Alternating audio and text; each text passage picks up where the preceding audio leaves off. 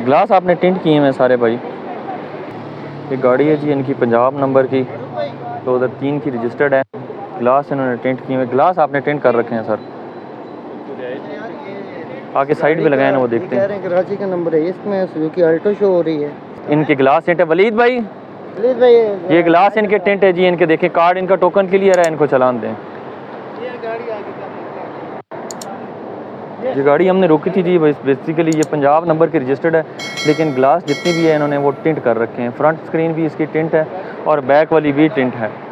तो साथ साथ हम लोग आपसे यही इल्तिजा करते हैं कि अपनी जितनी भी वायलेशन है वो खुद ही कम कर दें। देखें रोड पे आते हैं आप लोग, तो आप लोगों को भी ये तकलीफ़ उठानी पड़ती है। अच्छा, ये गाड़ी हमने काफ़ी देर से रोकी हुई थी जी, तो इसका बेसिकली जो है वो टैक्स पेड भी नहीं था और प्लेट्स भी नहीं थी। प्लेट्स इन्होंने हमें शो करवा दी हैं।